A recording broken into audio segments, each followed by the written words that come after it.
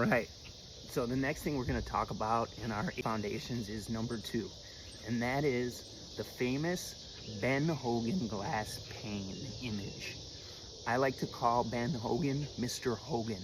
Ben Hogan was one of the best players ever. He played back in the 1940s, 50s, and 60s. He won as many championships as some of the all-time greats, and he actually studied the game, and he taught the game, and he taught America the game in a famous few books. And one of the most famous things that he came up with that I love, and I showed it to everybody in their first lesson, is the image of Mr. Hogan's glass pane, right? So we talked about it. If this represents a big glass, rectangular piece of glass, right?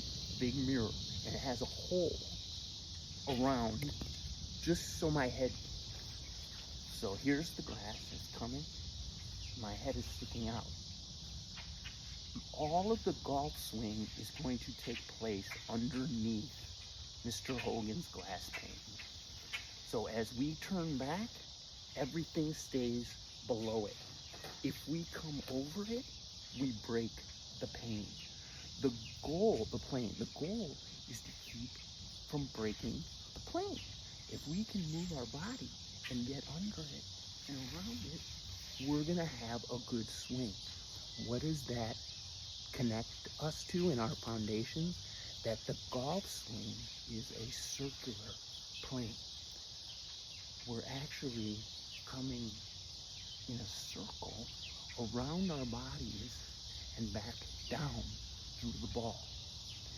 It seems crazy, but if you don't break the glass, then you can accomplish having a perfect swing plane with your club.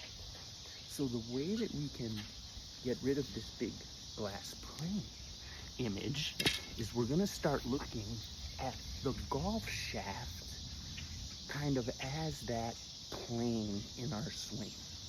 So if we tilt this down and we see this shaft, one of the keys to Matty Ice golfing, we don't want to lift our hands up with this shaft.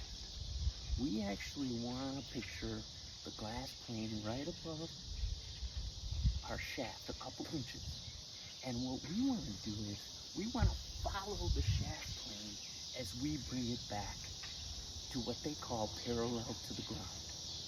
If I bring the club back this way and not this way, I'm going to break the glass. So the next step is, with our new grip, all we want to do is practice bringing the club under the plane and following the shaft and getting to parallel to the ground, which is right in front of our shoes. Okay? And like we talked about, when we get parallel to the ground, we want the angle in this club to match our back. We don't want to angle this much, right? That means we'd be like this. We just want a nice diagonal 45 kind of degree angle to the sky that matches my back. So all I'm doing is practicing. So right here, right there.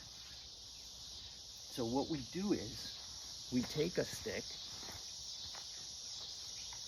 we place it down on the ground, and we make sure as we're practicing that we match this. I don't want to see you back here. I don't want to see you over here. I don't want to see you up here. I don't want to see you up here. All I want you to do is to just boom. That's it. Boom. That's it. Boom. That's it. Boom. That's it. If we come up, we're breaking glass. Remember, swing around the body so we don't break the glass. Okay?